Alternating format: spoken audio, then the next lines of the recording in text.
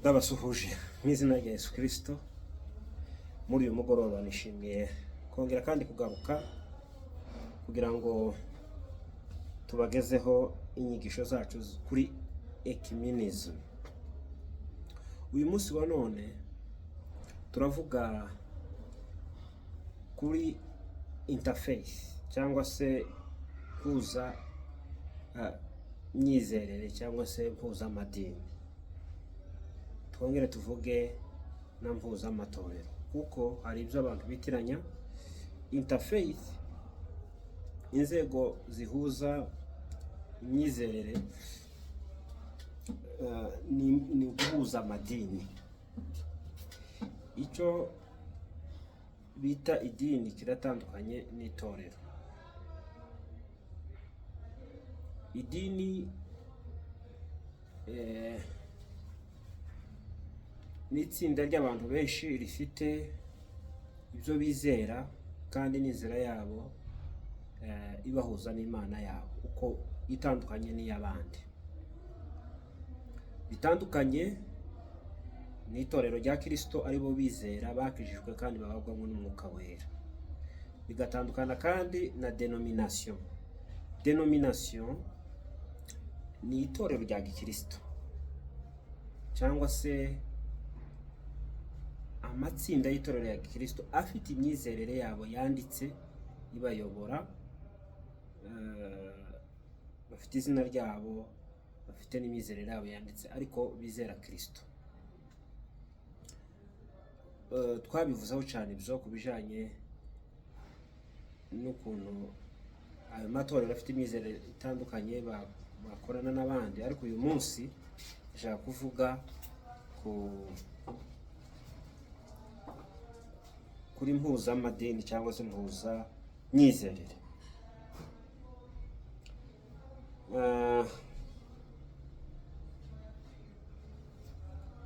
Ariko cyane ndibanda kuri none.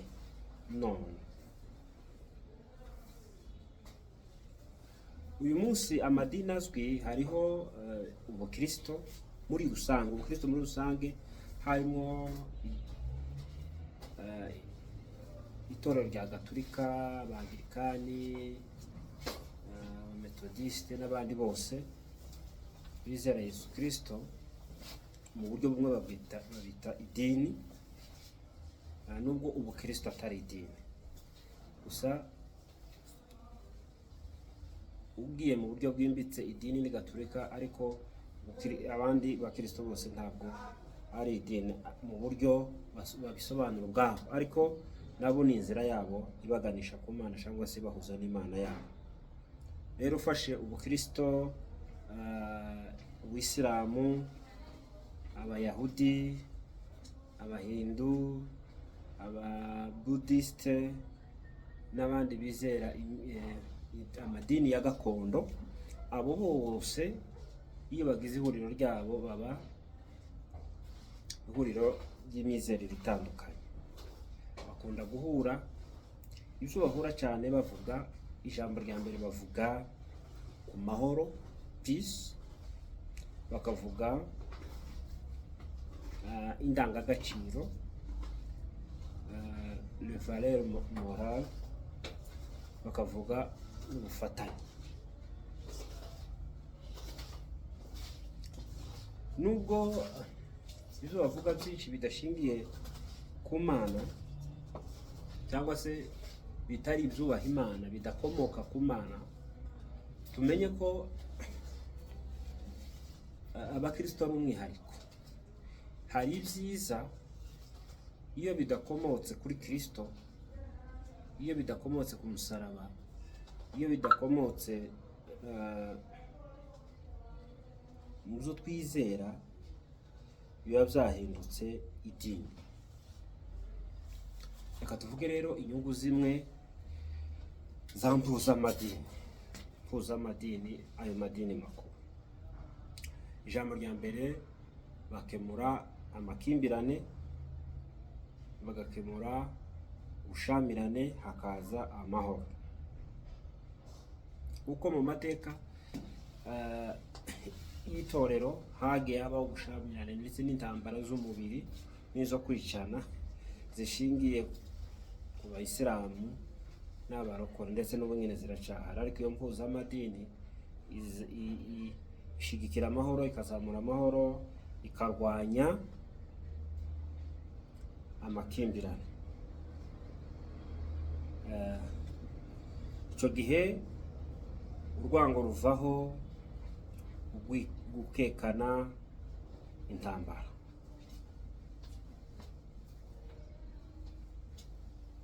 Ku rugero habayeho inama z'amahoro zahuje abayobozi b'idini muri Nigeria cyangwa no muri Sudani, bituma hagabanuka guhutazanya cyangwa se kubangamirana mu buryo bw'ubuzima. Icya kabiri, bashishikarizanya kumvikana, gusobanukirwa undi. Haravuga ngo I understand you, je te comprends. Nubwo ufite ibyo wizera naje nkagira ibyo nizera, ariko ndakumva nawe ndakumva. Yandi magambo, ibyo abayisilamu bizera turabyumva, ibyo abarokore bizera turabyumva. Mwe mwizera gutya natwe twizera gutya. Hakabaho icyo bita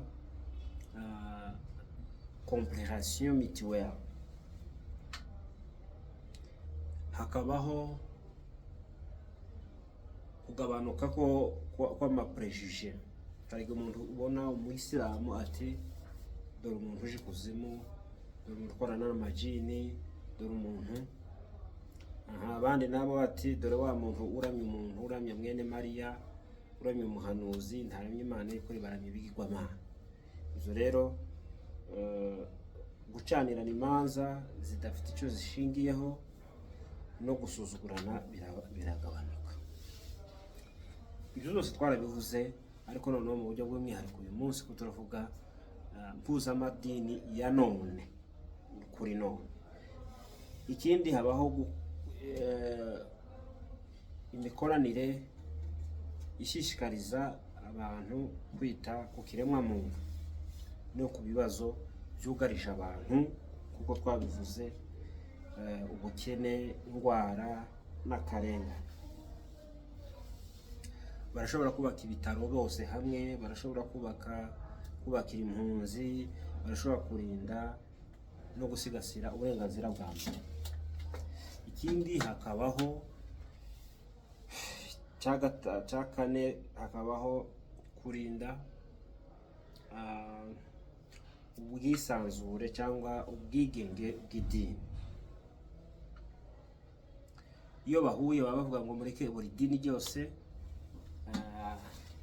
ryisanzure, buri dini ryose rikore uko ribyumva, ntimuhutaze abantu bashingiye ku idini ryabo. Ikindi, amadini yose buriya iyo ava akajya bigisha indangagaciro nziza. Amadini iyo ahuye akangurira inzego za leta n'izindi nzego zose zitandukanye kugira ngo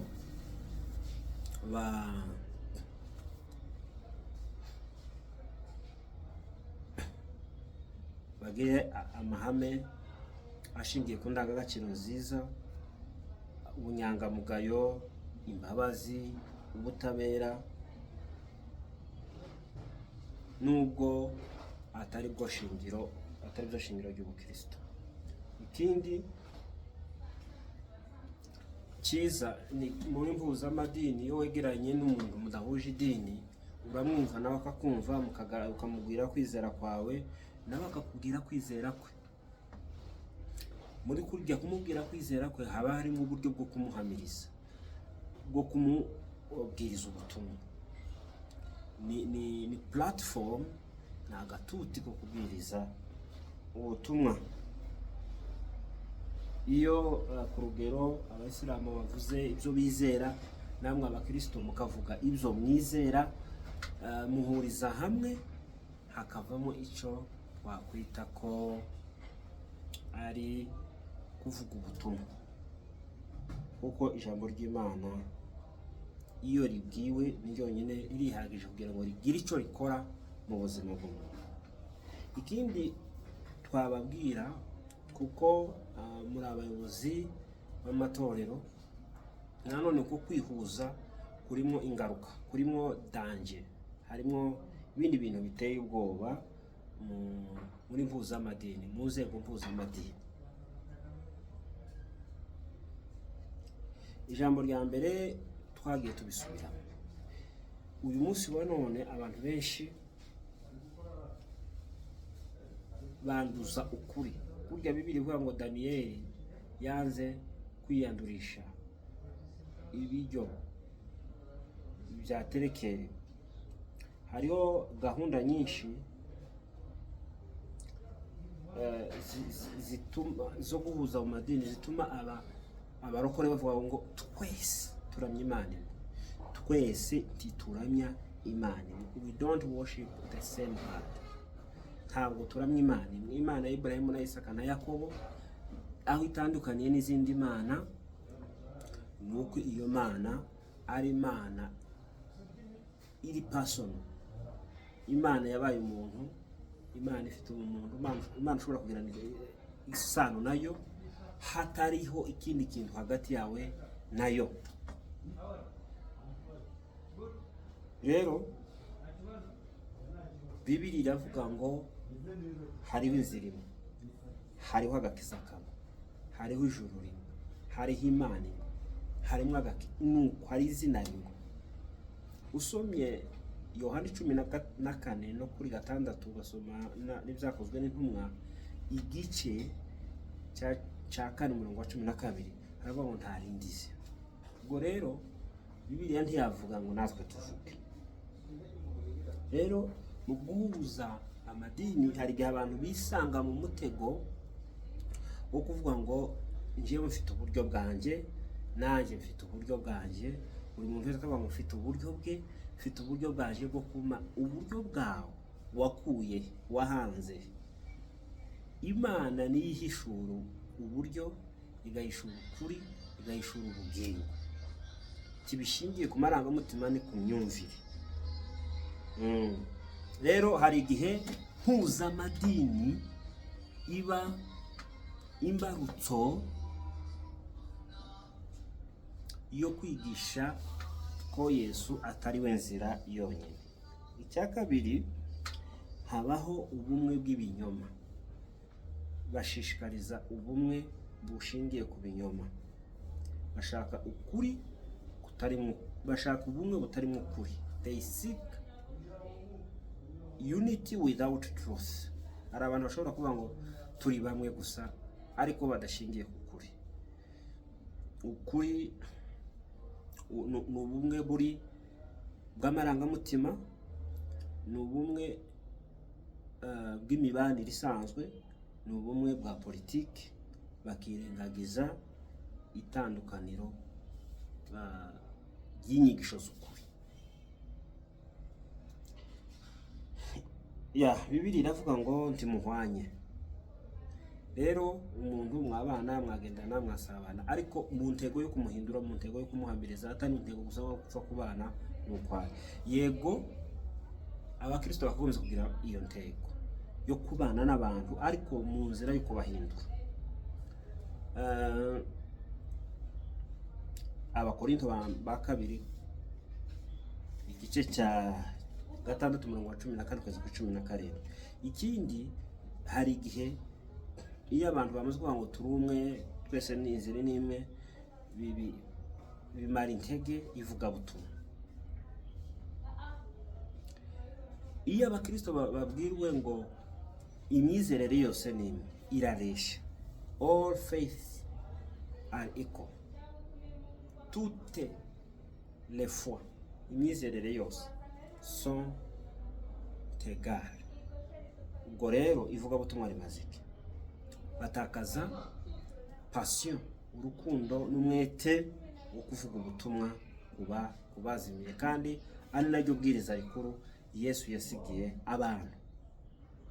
Ubwo rero bicecekesha Grande Commission mu izina ryo kubabarira amadini rya tolerance religieuse. Kane, habaho gushishikariza abantu kugira idini rimwe ryo ku isi, kandi ari nabwo buhanuzi buri muri Daniyeli igice cya 13 n'igice cya 17. Bashaka guhuriza amadini yose hamwe bihabanye no kuramya Kristo ukuri. Ikindi, habaho gucanganyikirwa ku bakristo. Batangira gutekereza ati abayisilamu, abahindu, ababudiste nabo bafite inzira y'agakiza, bigatuma abantu baba mu buyobe, bakaba no mu bihendo, mu nyigisho zitarizo. Timoteyo wa mbere igice cya 4 umurongo wa mbere. Ntabwo idini rya Gikristo ari kimwe n'ayandi madini. Dufite umwihariko wacu, dufite ibyo twizera. Kristo ni Imana. Kristo yarapfuye arazuka. Kristo niwe nzira wenyine, niwe kuri wenyine, niwe bugingo wenyine. Ibyo rero ni umwihariko ku Kristo. Ikindi, habaho gutwaza abantu igitugu, political manipulation. Ukuguhuza kw'amatorero hari igihe bikoreshwa n'abanyapolitiki, bagakoreshwa mu rwego rwo kugira ngo sisiteme z'isi zikorere mu matorero, kandi itorero ari entite y'umwuka. Ugasanga hari ibyo UN yazanye, hari ibyo andi ma organisation adashingiye kuri leta yazanye. Ugasanga habayeho kureshwa na za gahunda zidashingiye ku ijambo ry'Imana, zimeze neza, zumvikana neza, ariko zidashingiye ku rufatiro rw'ijambo ry'Imana. Ikindi, habaho gutakaza kurobanura mu buryo bw'umwuka. Hari igihe abantu batangira guha agaciro diplomasi, kubana kuruta inyigisho, amahoro kuruta kwera, kumenyekana kuruta ukuri. Urumva, hakabaho ndetse no guha agaciro inzego, institution, organisation kuruta spiritual, ibintu by'umwuka. Rero hariho uburyo bwiza twakwigisha amahoro, twagira ubumwe, ariko tutarinze kuvanga ukuri n'ibitavangwa. Biravuga tugomba kubana n'abantu bose amahoro. Abakristo bagomba kuba bazana amahoro. Abarome 12 no ku 18 na Matayo 5 no ku 9. Ariko kandi Bibiliya ikatuburira kutavanga ukuri n'ibinyoma, ubuyobe no guhagarara neza. Yesu wenyine aravuze ngo ntawuza kwa data tamujana. Pawulo yaravuze ngo umuco n'umwijima zafatanya biti, bizabana gute? Bibiliya ikavuga ngo uzahakana umwana w'Imana azabahakanye na data.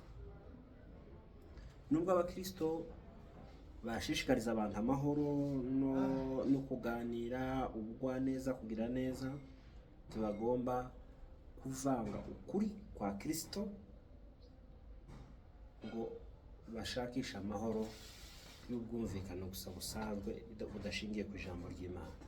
Ibi ntibivuze ngo abakristo ntibashaka amahoro, ntibashaka iterambere, ntibashaka ibyiza, ntibagomba kugira ubutabera, ntibagomba gukundana, ariko ibyo bagomba gukora byose bigomba kuba bishingiye kuri ku ijambo ry'Imana kuruta ibitekerezo by'abantu. Inama rero dushobora gutanga: kwerekana urukundo, impuhwe, imbabazi, kubahana kose. Abakristo bagomba kubikora.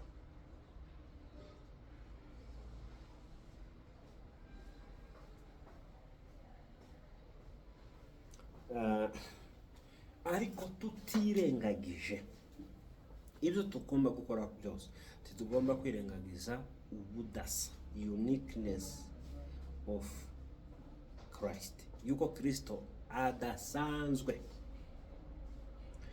Nuja mu mahoro, ukaja mu mpuhwe n'imbabazi n'urukundo n'ibindi, no gukorerana n'ubutabera, ariko ukavuga ko Kristo ari kimwe n'abandi, atari we nzira yonyine, atari we kure, ibintu wabesha. Ikindi, tugomba gukoresha ibiganiro nk'amahirwe yo kugira ngo duhamirize abantu Kristo ari we. Igitekerezo cyo gutekereza ko ubukristo bwose, abanyamatorero bose ari bamwe, cyangwa se amadini yose ari amwe,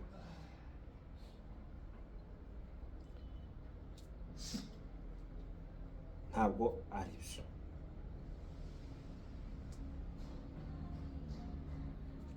Rero tugomba kuvanga ukuri cyangwa ngo dutererane ukuri, ntabwo ari byo. Ibyo ntitugomba kubyemera. Reka noneho tuvuge kuri mpuzamatorero.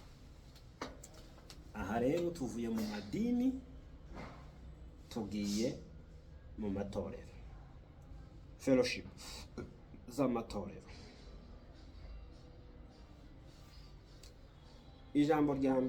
Ijambo rya mbere tugomba kumenya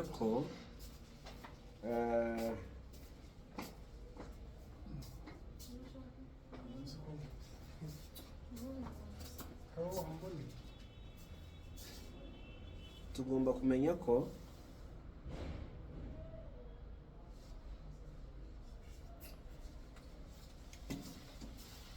gusabana, icyo bita fellowship, abantu bakora muri fellowship ariko batazi cyane cyo fellowship ni ugusangira, ni ugufatanya mu buzima, kandi ni ukugira ngo habeho kubakana, umwe azane iki nawe uzane iki, mwubakane. Hariho amafellowship, ubusabane bw'amatorero atandukanye akora mu buryo bw'idini, atakora mu buryo bwa Bibiliya. Yesu yaravuze ngo tugomba kuba umwe, tugomba gukorera hamwe kugira ngo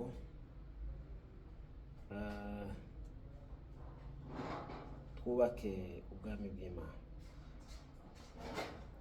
Ariko abantu benshi siko babyumva, kandi si nako babifata.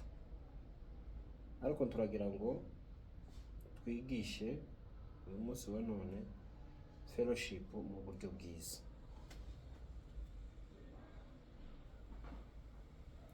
atari mu buryo bw'idini.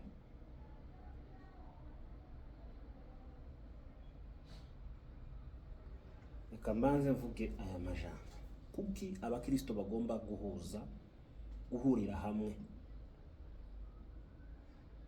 Hariho itorero rifite imyizerere yabo n'abafite bose bavuga Kristo, kuki bagomba guhuza, n'izihe ntego bafite,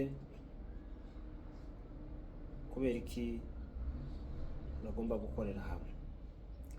Ijambo rya mbere ndavuga ibintu bitandatu, inyungu zo gukorera hamwe kw'abakristo, intego yabo. Iya mbere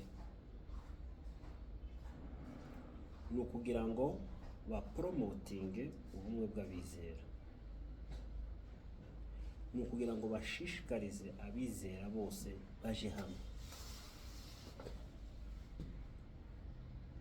Abakristo basengera hariya n'abandi basengera hano, abakristo bayobowe n'uriya mushumba n'abandi bayobowe n'uyu mushumba, bose ni bamwe, bose ni ingingo z'umubiri umwe. Rero guhurira hamwe ni ukugira ngo bababwire ati turi bamwe,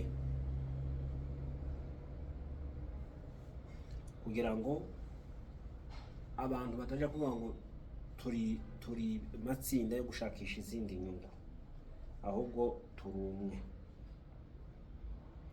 Ikindi ni ugukomezanya. Wowe uyoboye hariya naje nyoboye hariya, hari ibyo ushoboye, hari ibyo nanje ndashoboye, hari ibyo nkora akaba ibyo udakora. Rero ubizanye naje nkazana ibi, turabihuza, abakristo bakubakika, kugira ngo turusheho kwigisha abakristo no kubategura. Ikindi cya gatatu ni ukugira ngo ni ukubera ivugabutumwa. Ivugabutumwa rishoboka iyo abantu bahuza, ubumisiyoneri bushoboka iyo abantu bahuza. Zaba byiza amatorero atanu yishize hamwe agashakamo umumisiyoneri, bakamufasha, bakamwohereza akaja mu kindi gihugu, akaja ahandi hantu afite umuhamagaro, kugira ngo batangire amatorero ya Kristo, bagura ubwami bw'Imana. Ikindi cya kane, bahurira hamwe kugira ngo bakemurirane ibibazo, bahure n'ibibazo by'ubukene, ibibazo by'indwara n'ibindi bibatandukanya cyangwa n'ibyo. Icya gatanu ni ukugira ngo habeho kuba umwe ashinzwe undi.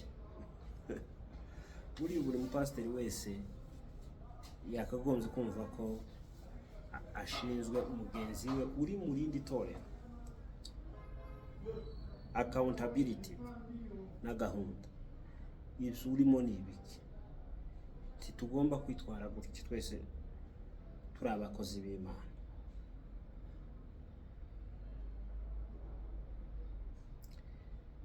Ikindi ni ukugira ngo habeho kurwanira kwizera.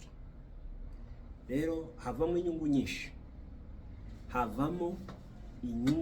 nyinshi, amatorero yishize hamwe, abizera bishize hamwe, ubumwe buraboneka, ubufatanye buraboneka, amatorero gukorera hamwe, habaho guteza imbere, habaho gukura mu mwuka, habaho ko impano zose zikora, gufashanya, gusangira ibihari, za resources z'ivugabutumwa rikihuta, isi igahinduka,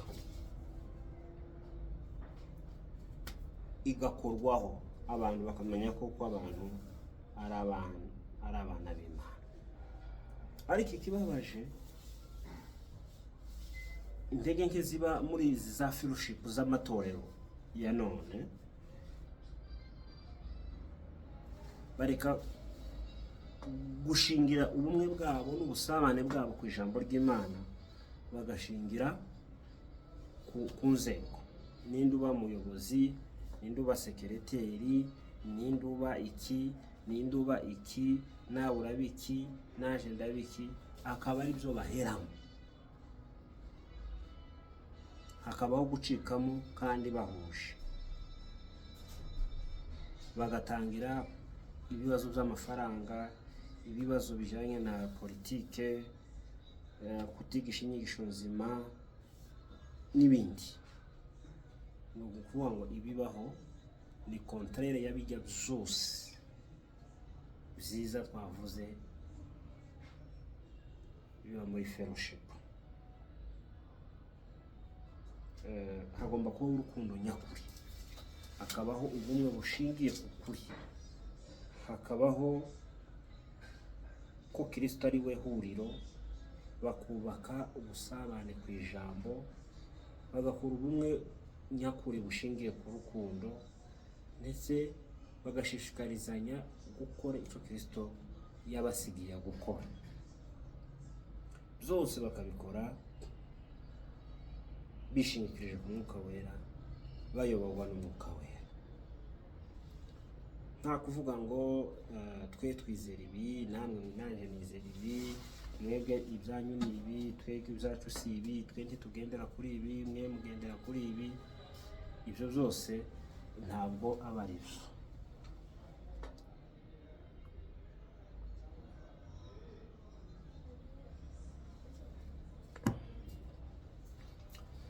Mu by'ukuri hari amafellowship menshi mu matorero ya gikristo, ariko adashingiye ku ijambo ry'Imana, adafite n'intego z'ijambo ry'Imana, ahubwo ari ukwihuza gusa. Kuko mu matorero ibintu byose bikorwa nabi, nuko bidakorwa bishingiye ku ijambo ry'Imana. Tugomba kugira intego, titugomba gukora ibintu uko abandi babikora. Hari abagira amafellowship kuko bumvise ko abandi aba amafellowship, hari abakora amafellowship kubera organisation, ariko bidashingiye ku kuri. Kumenya ko hariho urufatiro rwa fellowship, hakaba n'inkingi zishyigikiye fellowship. Ni ukuvuga ngo hariho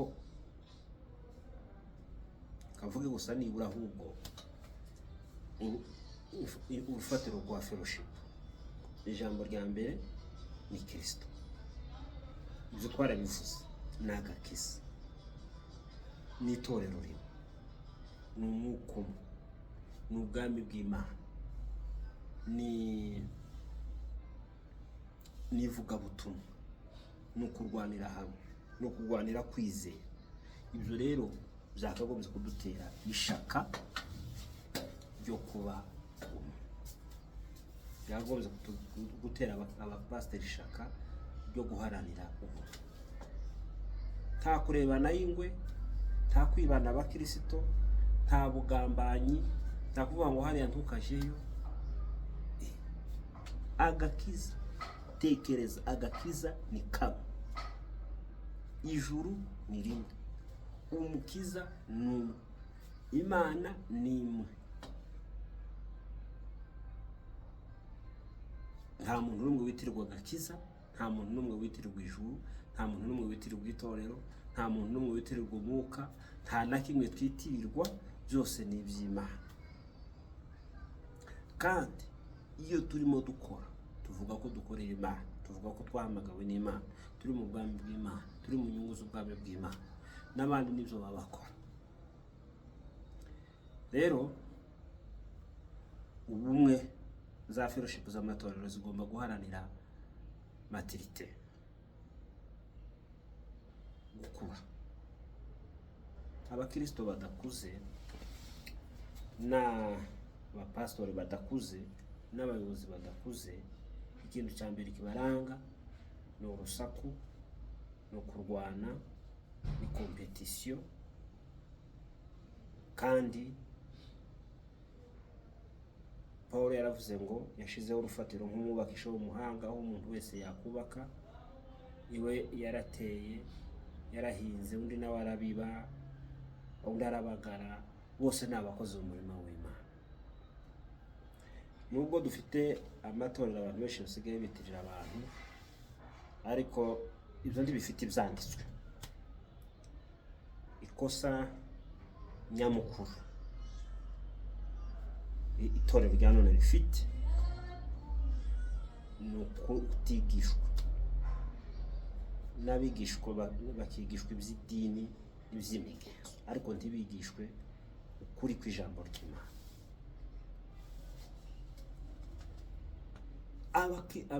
Amatorero atandukanye yihuje agomba kubanza kuvuga ngo kwigana, bakiga ku mfatiro z'ubumwe bwabo, bakamenya cya kabiri, bakamenya intego ni izihe, ni ukuramya Imana, ni icubahiro c'Imana, ni ugukorera Imana, ni ukwagura ubwami bw'Imana. Izo ni intego. Hanyuma y'ibyo ni gute tuzazishyira mu bikorwa? Tuzabishyira mu bikorwa gute? Abandi bazabikurikirana. Ntabwo ari fellowship gusa, pour fellowship. Ntabwo ari ubusabane n'impuzamatorero. Dufite ibibazo mu matorero, dufite ibibazo aho umukristo yigishwa ko undi mupasitori atahamagawe, ari umuyobe, mbese hakabaho kuzimya undi muntu mu buzima bw'undi, kumwanduza, ukamuhindanya mu buryo bw'umuntu udakenewe. Ariko twahura ati Yesu ashimwe. Ikimenyetso cy'uko Imana tutadukurikira ibyayo ni uko tutagira ubumwe, dufite Imana imwe, dufite Kristo umwe, dufite Bibiliya imwe, dufite umwuka umwe, dufite kwizera kumwe, dufite umubatizo umwe. Nibyo twakagombye kuba abantu baca bugufi. Buri mukristo, buri muvugabutumwa, buri mupasitori agaca bugufi, mu mpano ye akubaka undi. Amatorero ni uko. Ibyo rero nibyo bituma Kristo yubahwa. Ubumwe, urukundo, kumvira Imana, guca bugufi, koroherana, kubabarirana, kwihanganirana, ibyo byose ni imbuto z'abakristo bakuze kandi bakorera mu bwami bw'Imana n'abayobozi. Nta kindi kintu cyiza ku bumwe bw'abana b'Imana. Ni ukuvuga ngo icyatumye itorero rya mbere ryaguka si ibiterane byinshi, si abavugabutumwa bari bakomeye bakoraga ibitangaza, ni ubumwe, fellowship, urukundo, ubufatanye. Aba bantu, leta, guverinoma y'Abaroma itegetse isi ikabitinya, kuko ubumwe ni imbaraga. Ubumwe hari ikintu butangaza. Ubumwe butangaza ubwiza, glory, imigisha, imbaraga. Abantu ko bari serious. Habe nubwo abantu, niyo abantu banahurije mu bibi, baza bakora bidasanzwe, kanswe noneho guhuriza mu byiza. Noneho twe duhurije mu zo twizera by'iteka ryose. Umusaruro muke uri mu matorero ya Gikristo uterwa umusaruro muke w'ivugabutumwa no guhinduka kw'isi no kwaguka ubwami bw'Imana biri mu matorero ya Gikristo uterwa mu mwijyane, mu makimbirane ndetse n'ubushamirane. Kumaramaza kwacu mu gukorera hamwe mu ivugabutumwa, mu rukundo, mu byo twizeye, ni ubutumwa buvuga ko ibi bintu ari iby'ukuri, ibi bintu ari ibyo kwizera, ibi bintu ari ibyo gukurikirwa. Rero nk'abashumba, nk'abakozi b'Imana, ubumwe burakwiriye. ariko bushingiye ku ijambo ry'Imana, ufite imfatiro, ufite intego no kubishiraho mu buryo bwiza, nta guhangana, nta ntonganya.